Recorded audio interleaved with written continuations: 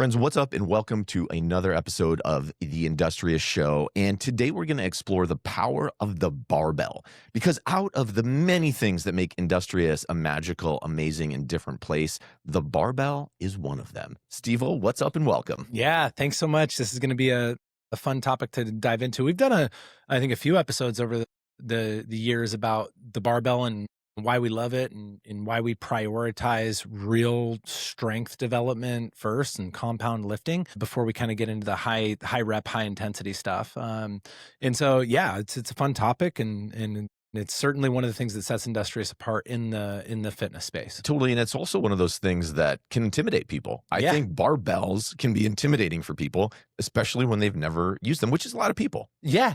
You know, I'll equate it to something that's like surfing, or it's like snowboarding, or skiing, or maybe it's horseback riding, or, it's something that requires practice and it requires learning in order to acquire a skill. And I think that it's one of those things that most people look at and are like, I want to do that.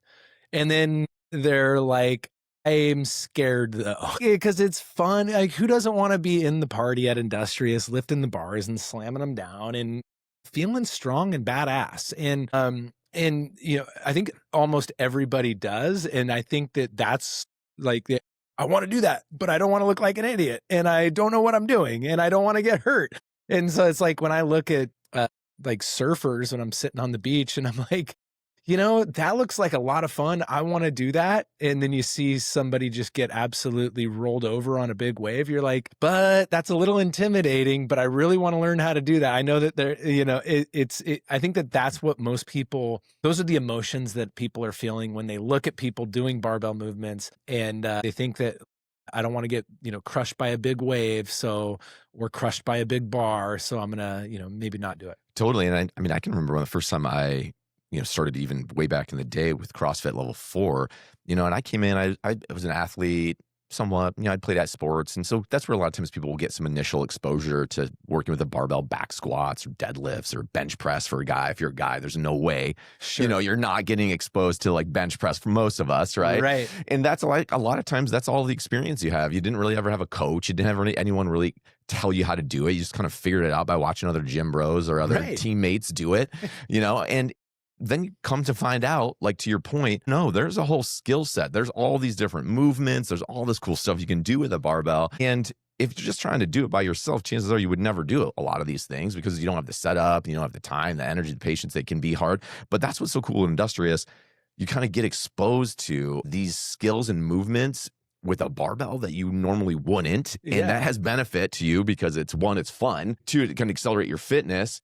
And three, it gives you like that thing to learn or get better at or whatnot, but in a safe environment where you have a coach. Totally. Is everything. When you're really, really dialed in with your teaching progressions and your movement progressions, which Industrious is extremely dialed in there, people can pick these things up way more quickly than if they're like trying to self-teach on YouTube, or if they're trying to, just figure it out on their own or mimic other people that they see. All of our progressions at the gym are designed to teach people very, very quickly, very, very efficiently how to perform the right movement patterns. And what I think that what people don't realize with the barbell and dynamic lifting, we're talking about like squats, barbell on your back, barbell on your front rack, overhead rack, or presses from the shoulders, whether it's dynamic where you're dipping and driving, or whether you're going strict, or whether you're jumping with a barbell like cleans and snatches. Those are the funnest ones. I mean, those are the ones that really make you feel badass. It's for all of these movements, they all follow the exact same movement patterns. The positions between one lift and another are actually the exact same. Where people get confused is where the barbell is going, where like the range of motion that is traveling through, whether it's going from like the setup position or the mid shin to your shoulders, or whether it's going from that same position to overhead, or whether it's going from the hip, like a high hang clean, or from the power position to the front rack, or from the front rack to overhead. People think that they're all independent lifts and they've all got these independent skill sets. It's like, no. These all actually follow the same movement patterns. And we can unlock these things very quickly for you, so that way when you're practicing, for example, a power clean, you're actually practicing. So long as you know what you're doing, you have great coaches and the right environment, you're actually practicing. While you're practicing that power clean, guess what? You just got better at the snatch, as an example, or you just got better at the push jerk, as an example, because the footwork's the exact same. It's the same power position. It's the same squat position. And so very quickly, as you're running through Industrious and our programming and our, like, the genius behind it, you're actually becoming a master at all of the lifts while you're performing one of the lifts, if that makes sense. But what that does is, I mean, you can't get that other places. Why do we do that? Why do we do these movements at Industrious? Why do we do these lifts at Industrious? We're in, most Industrious athletes are age 30 to like age 55. That it just is. And, certainly we've got some outliers on each end of the bell curve, so to speak, but those are the people that are doing it. Most of those people are more like 35 to 55. So older in life, lifting barbells. Oh, and I'll shock you again. At least half of all Industrious athletes are female. As people are thinking about like why should I have to lift heavy weight at my age? It's actually no. Like, this is the time that you really, really need to do it, because your body is only going to be able to produce muscle mass for so long, right? And so we want to get as much of that on your body. We want to get as much coordination going through your body, as much flexibility, as much muscle mass as we can. So that way, as you age, you've got a lot of it on there, and your savings account for your longevity into your 50s, 60s, 70s, 80s is there. And certainly the beautiful thing is, while you're younger, 30 and 40, you're exactly. Yeah, you can be hot, right? Yeah, exactly. Now, if we step back for 1 second, we ask the question, why a barbell versus dumbbells? And we use dumbbells in our programming as well, but all the time. And there are other fitness concepts that have dumbbells and kettlebells, but there aren't any really other, what we do, kind of a group fitness style thing that use barbells. So what makes the barbell so special? Yeah, I think that the easiest way to describe this is, there's strength, like the way that we define strength work is big weights, small sets, small reps, relatively speaking, right? So I'll give you an example. Build up to a weight that's freaking heavy, and we're going to back squat that 5 sets of 5 at a heavy weight. That's 25 working reps total. But it's going to be intense. By the 3rd rep, you're out of breath and you got 2 more, and it's a lot of resistance, right? The stimulus that comes from that strength work is wild. Your body gets very, very fit, very, very strong, very, very quickly, very, very efficiently. And it does it in very few repetitions. You become resilient. You become less prone to injury. You become stronger. We're not talking about muscle mass. We're talking about like bone strength, tendon strength, body strength.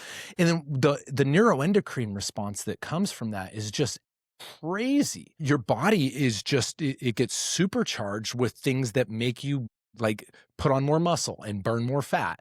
And as those muscles repair themselves from 5 sets of 5 heavy back squat, as an example, what's happening is those muscles are growing. It requires tons of energy after the fact for the next 48 to 72 hours after that stimulus.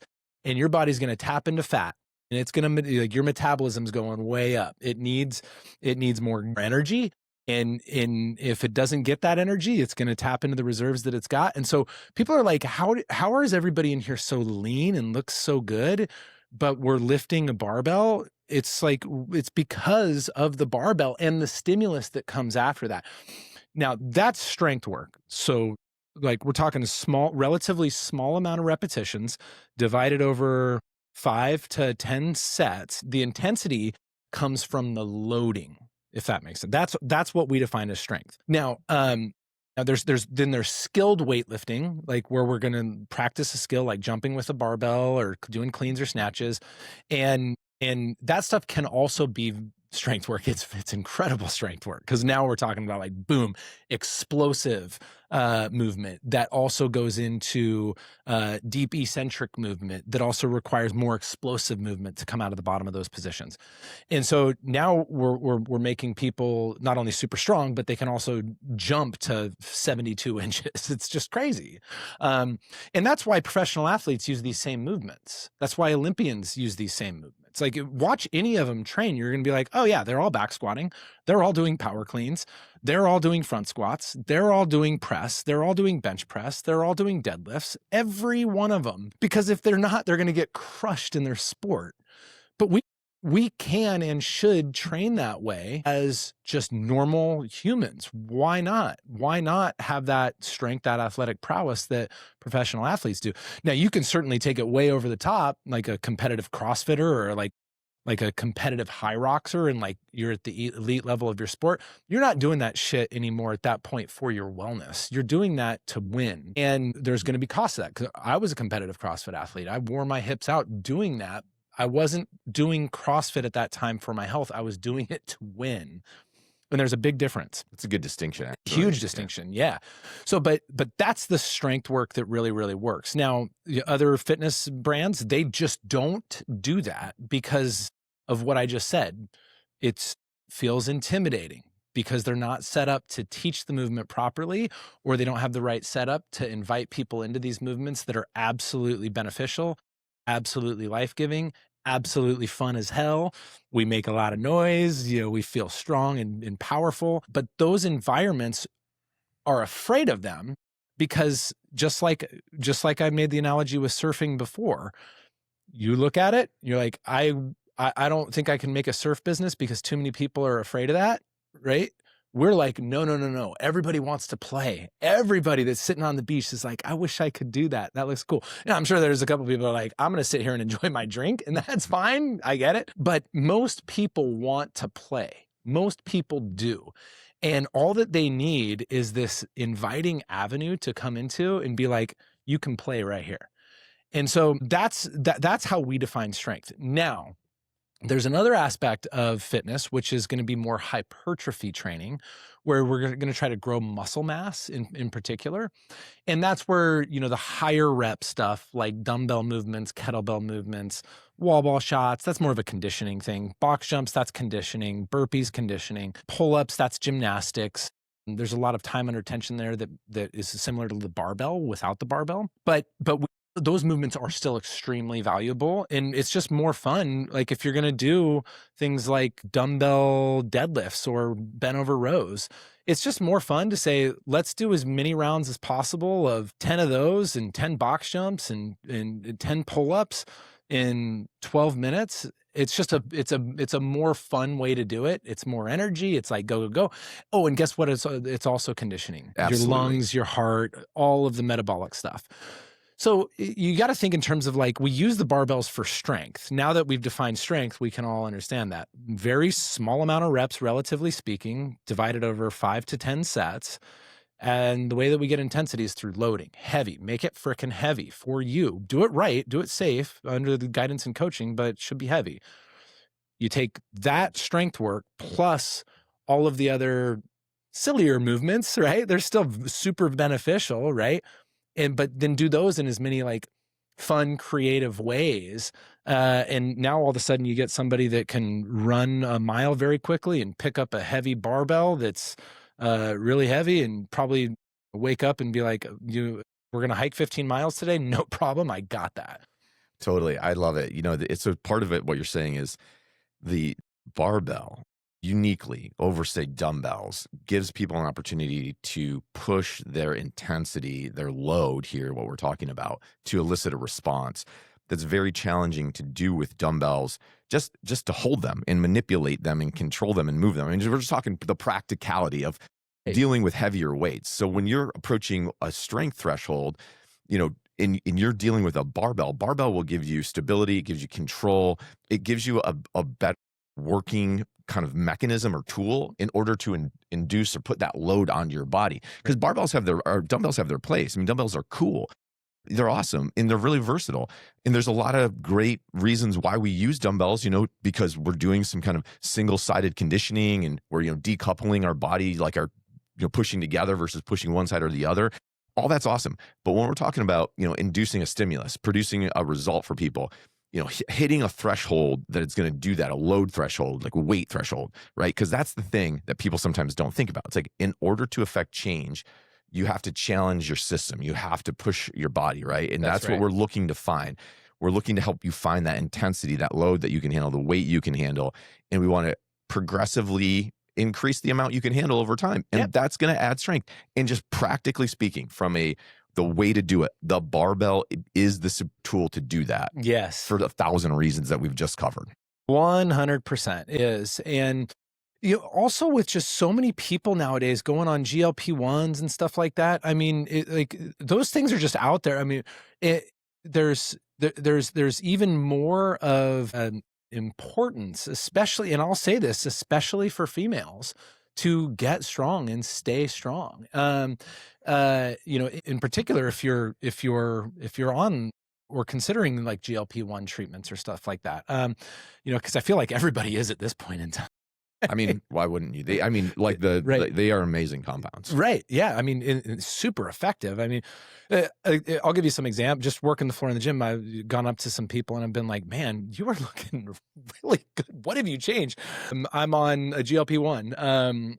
But as you're doing that, like what I've seen is like, wow, they're working out at Industrious, plus they're on that. What they're like, that's clearly driving some pretty solid outcomes for them, at least in like, certainly from like an aesthetic standpoint, but I also see their ability to perform. It's crazy.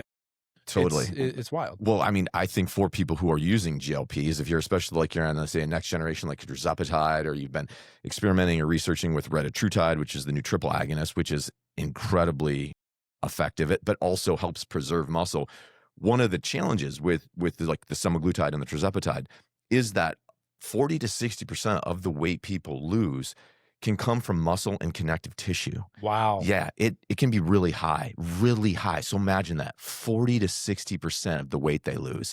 So a person can, crazy. Yeah, it's crazy. So that's where sometimes they've gotten a bad rap, is because somebody might lose 40 or 50 pounds. And then when you look at the body scans, yes, they lost fat, but they also lost the equivalent or more amount of muscle. Wow. Now, that happens when we have a couple things missing. One, when our protein consumption is too low. Oh, ladies, again, talking to you. I mean, this is really targeted to women, like right, yeah, for sure. I mean, if we look at who needs to know this the most, generally speaking, women do undereat protein. Almost every client I've ever had who's a female has undereat protein. They need to be hitting at least 100 grams a day, more like 125, 130.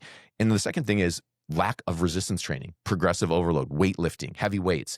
If you stimulate the muscle and you eat enough protein, you can run a GLP and see virtually no muscle loss. Really? None. And if you're running a triple agonist like the retatrutide, zero, because that is muscle protective actually, because it has a glucagon stimulator that's telling the body, hey, burn fat first, don't touch the muscle. So that one's actually really beneficial from a muscle preservation standpoint. But when you combine it with the protein and then you combine it with programming like you do at Industrious, it is absolutely game-changing, transformational. Person can come out the other side doing the impossible, which is losing weight, gaining muscle. Yeah. You can even gain muscle, body recomp, feeling fantastic, and all their markers improved, everything improved, inflammation down, joint aches and pains down, literally gut health, all of it in a better place if they do it right. Yep, but you got to lift that heavy barbell. You got to lift that. Yeah, they got to lift the barbell. Yeah, and it's like all of these. There's a reason that we program it religiously at Industrious, to the point where people are like, "Hey, can we do a little bit less barbell?" And we're like, "No, you're gonna lift. You don't have to lift at intensity today. You don't have to take it crazy, but." Or you can absolutely do a different movement or a different lift while we're doing that strength piece, for sure. Like, don't get me wrong, we're not gonna be like, you must do, but we will stay committed to it because we know that is what we all need. We must be strong, and we must stay strong, in particular as we age. I agree with that entirely. And if you want some of that action, of course, you know where to get it. You just roll into your local neighborhood Industrious, and we got you covered with that barbell training, baby. Let's go. Awesome. Steve-O, thank you for being here. Another killer episode. And friends, we will catch you on the next episode of the Industrious Show. Thanks, everybody.